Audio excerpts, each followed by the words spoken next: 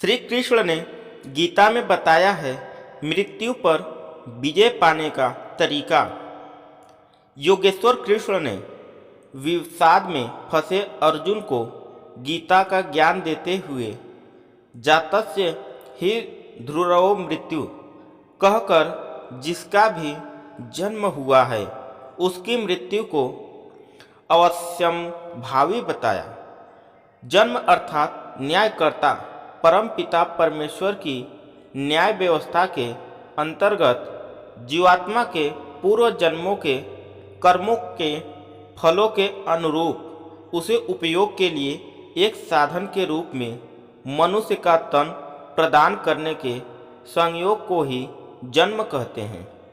ठीक इसके विपरीत अपनी आयु पूर्ण कर लेने के उपरांत आत्मा का जीर्ण शीर्ण मरण धर्मा शरीर के त्याग को ही मृत्यु कहते हैं। वेद भगवान ने भी मृत्यु ऋषि कहकर स्पष्ट कर दिया है कि मृत्यु अवश्यंभावी है। तो मृत्यु पर विजय कैसे प्राप्त की जा सकती है? मृत्यु पर विजय को समझाने के लिए हमें पहले यह समझना होगा कि मृत्यु किसकी होती है, हम कौन हैं और क्या हम मरणधर्मा हैं। प्रथम प्रश्न मृत्यु जिसकी होती है का उत्तर भी योगेश्वर कृष्ण ने गीता के ज्ञान में देते हुए 5 मूल तत्वों अग्नि जल वायु आकाश और पृथ्वी के संयोग और मिलन से बने इस मनुष्य शरीर व साधन को ही मरण धर्मा बताया। साथ ही साथ नैनम छिंदन्ति शस्त्राणि नैनम दहति पावक कहकर कृष्ण ने आत्मा को अजर अमर नित्य और अविनाशी बताया। यजुर्वेद के 40वें अध्याय के 15वें मंत्र में वेद भगवान ने भी आत्मा की अजरता अमरता और शरीर के मरण धर्मा होने की स्थापित किया है। यहाँ यह स्पष्ट हो जाता है कि जीवात्मा मृत्यु से परे है और हमारा मनुष्य का तन अर्थात ईश्वर प्रदत्त साधन ही मरण धर्मा है। मृत्यु पर विजय वास्तव में मृत्यु के डर विजय पर है।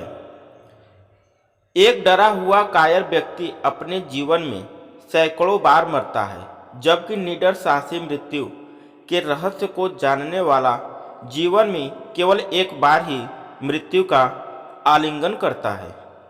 पूर्व प्रधानमंत्री भारत रत्न अटल बिहारी वाजपेयी ने अपने काव्य संग्रह मेरी 51 कविताएं में स्पष्ट रूप में लिखा है कि हे ईश्वर, मुझे इतनी शक्ति देना कि अंतिम दस्तक पर स्वयं उठकर कपाट खोलूं और मृत्यु का आलिंगन करूं।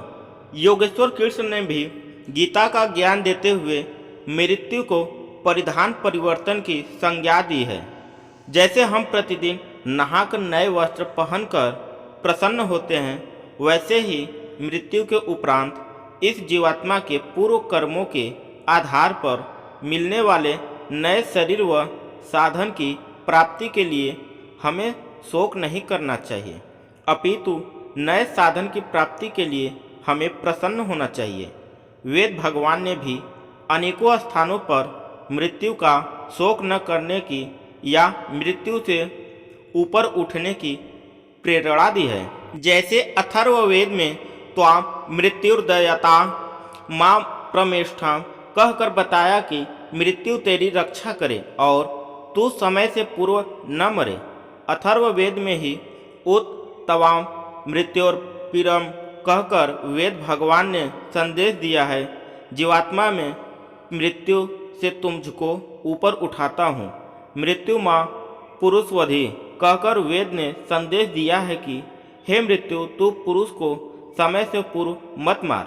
अब प्रश्न उठता है कि मनुष्य किस प्रकार मृत्यु के डर से विजय पाए और मृत्युंजय हो जाए।